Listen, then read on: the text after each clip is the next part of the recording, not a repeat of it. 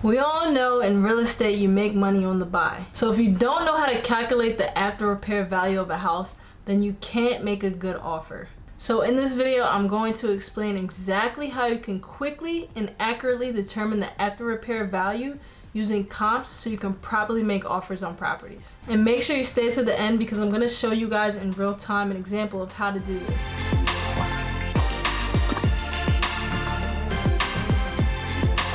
What's up, you guys? My name is Lillian Chukwueze, and if you're new to my channel, welcome to the family. I drop multiple videos a week about real estate, entrepreneurship, investing, and personal finance. If you haven't done so already, all I ask is that you please like the video and subscribe if you haven't done so already, and of course hit that notification bell so you get alerted when I drop the next video. So obviously when it comes to determining the after repair value of a property, you have to know the specs of the subject property that you're dealing with.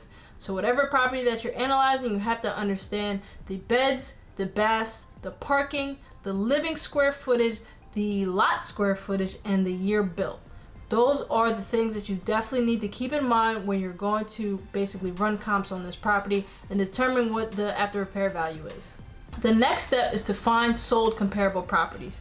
Now there's three different levels that you have to consider when you're going to comp a property. Now I'm gonna go through the things that you need to consider that are most important all the way to least important.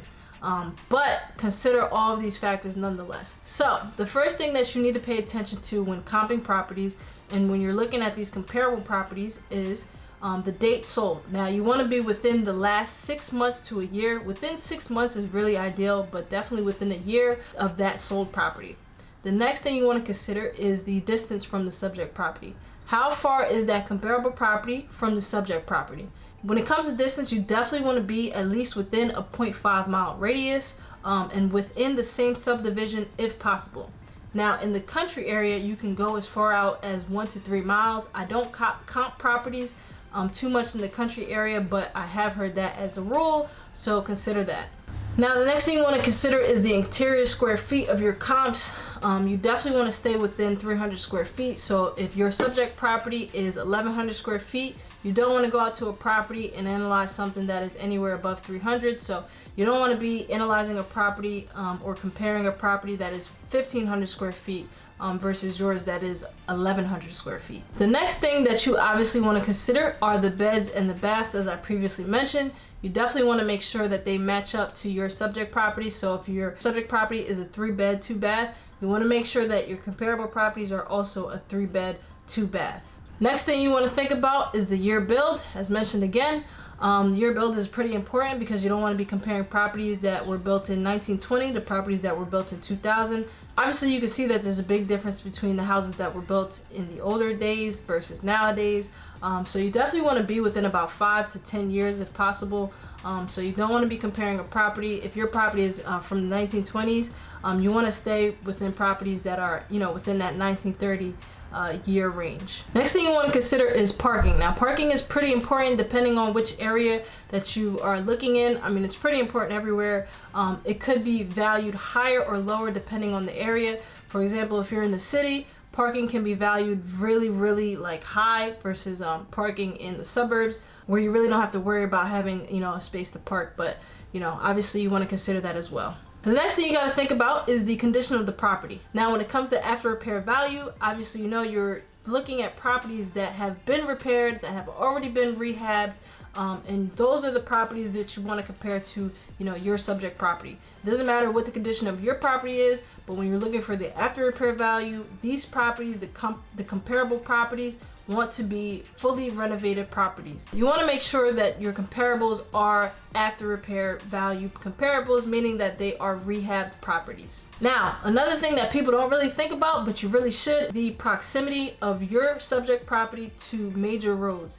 Now if your property is on the back of a major road, that decreases in value. Now you have to understand that that may be about a $5,000 or $10,000 range, depending on the road and the area, but it definitely affects the value of the property. Next thing to think about is the lot size. You don't want to be comparing a 1,000 square foot lot to a 5,000 square foot lot. You definitely want to stay within a 3 square foot range for lot size. Another thing you want to consider is a pool. Does your subject property have a pool? If it does, make sure you're comparing it to other houses that have pools, because that definitely affects the value as well. And the last thing to consider is the build type. It's not as important, but typically, if you're within the same year build, you'll have typically the same build type, but definitely consider that as well. All right, so first you got to know your subject property and the specs of your subject property. Then you found sold comparable properties. Then you found at least 3 comparable sold properties. The next thing you have to do is find pending comparable properties and find active comparable properties. And the reason for this is because then you get to see what the market is actively doing. So let's say if you found an after repair value of about $250,000, if you're able to see other pending and active comparables, then you'll get to realize and really justify your price in that range. It kind of just confirms a little bit of the range, the ARV that you found for your property. The 5th thing you need to do to determine the after repair value of a property is to compare those 3 sold comps that you found while paying attention to the pending and the active comps that you also found. And again, that just basically, those active and pending comps just basically confirm the number that you found. Now, the last thing you need to do when it comes to determining the ARV of a property is to make adjustments if necessary. Meaning that finding perfect comps for a property is typically not common, so you typically have to make adjustments. For example, if you have a 3-bedroom, 2-bathroom house and you're only finding comparable properties that are 4 bedrooms and 2 bathrooms, then you need to obviously make an adjustment when it comes to the beds of the property.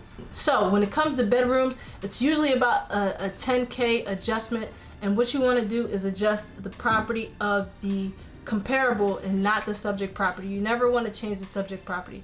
So again, if you found comparables that are only 4 beds, you would simply deduct $10,000 off of that price. So for example, if you are running comps on a property that is a 3-bedroom, 2-bathroom house, and you're only finding comps that are 4 bedrooms and 2 bathrooms, let's say these comps are $200,000, you'll simply deduct $10,000 because a bedroom will run you about $10,000, depending on your area, guys. Remember, all these are depending on your area.